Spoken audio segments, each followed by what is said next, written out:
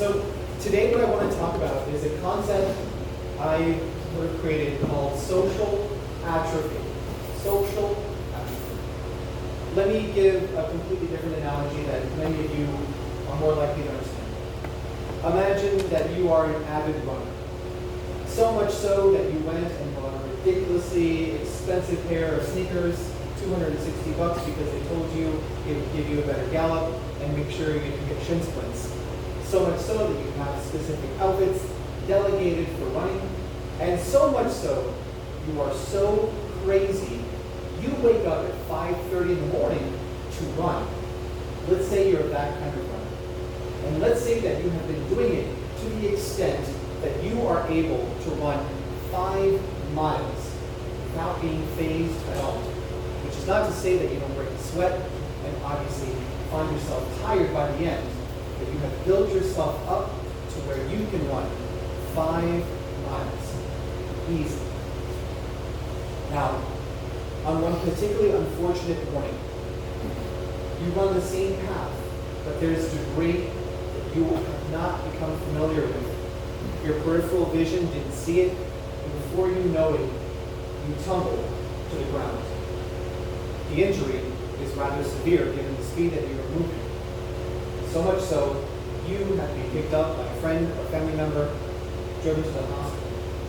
The doctor has told you that there is a slight break in your leg, and you're going to find yourself in a cast for at least 2 months until it heals properly.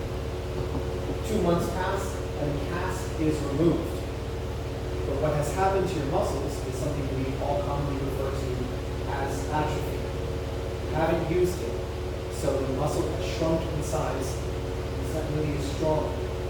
Now you're the kind of person where you did everything you possibly could because you're not just a runner, you're an active person by nature.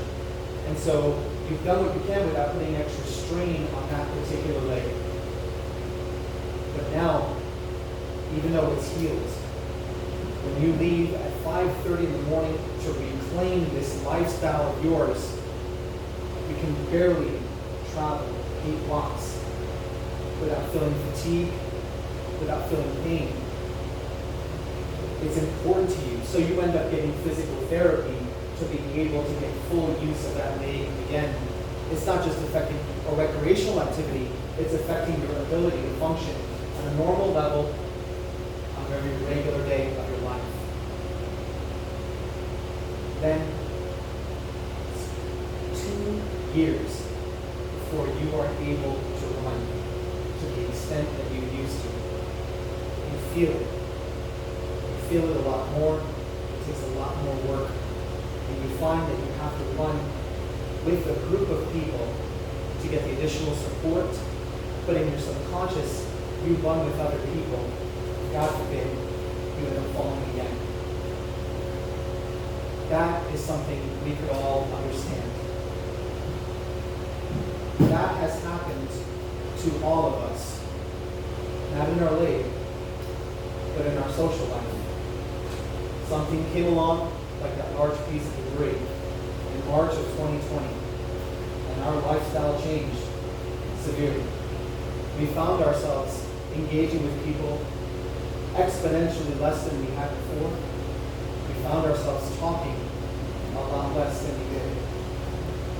And for many of us, it has grown to the extent that there is fear associated in heading out once again, in going for a run. We don't have a therapist to guide us socially, and we do find ourselves being more inclined to be more social, to be brave, as long as we have the support of others, just like that runner that wanted to go through. That is what I'm presenting to you today. A concept I've called social atrophy. Many of us experience quarantine to various levels of extent. Some of us no longer work in an office as a result of it. Some of us have lost our jobs. Some of us have physically lost members of our friends, our family. Others of us have lost them. They are still alive and breathing, but the calls go unanswered, the messages unresponded. So we find ourselves in a quandary from something we didn't expect and something we don't necessarily know how to navigate through. A concept, again, I call social atrophy. Now, what has happened is we have found ourselves becoming more reclusive than we've ever known ourselves to be as a society. Additionally, the modern conveniences of everyday society have made it to where it has become extremely lucrative to large companies for us to not socially engage. It can be daunting to ask a friend to accompany you for lunch, but it is nothing. It is commonplace to hire a complete stranger to bring lunch to you. It can be extremely stressful to indicate to someone you care for that you're going to be arriving home from travel and would like for them to pick you up from an airport. But for $36, you can have a complete stranger do it. What has happened is we have replaced interactions with transactions. There are many people who financially gain from the social atrophy. There are people who have monetized your fears and apprehensions.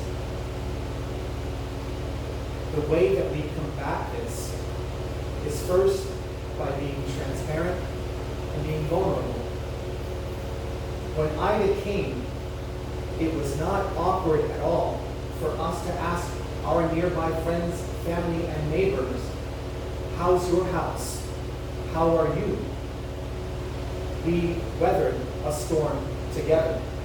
If we can see COVID and the ramifications of COVID as a storm that has passed through all of our front yards, when we see it in that manner, it is much easier for us to initiate communication with the people we care for and say, how are you feeling?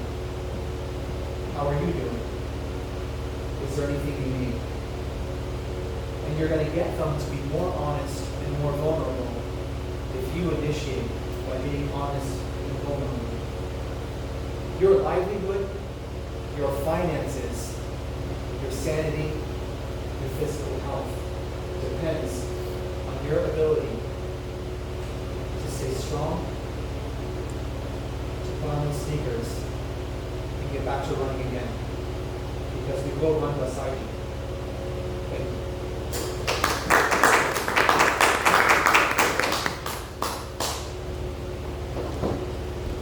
Well done. Very real.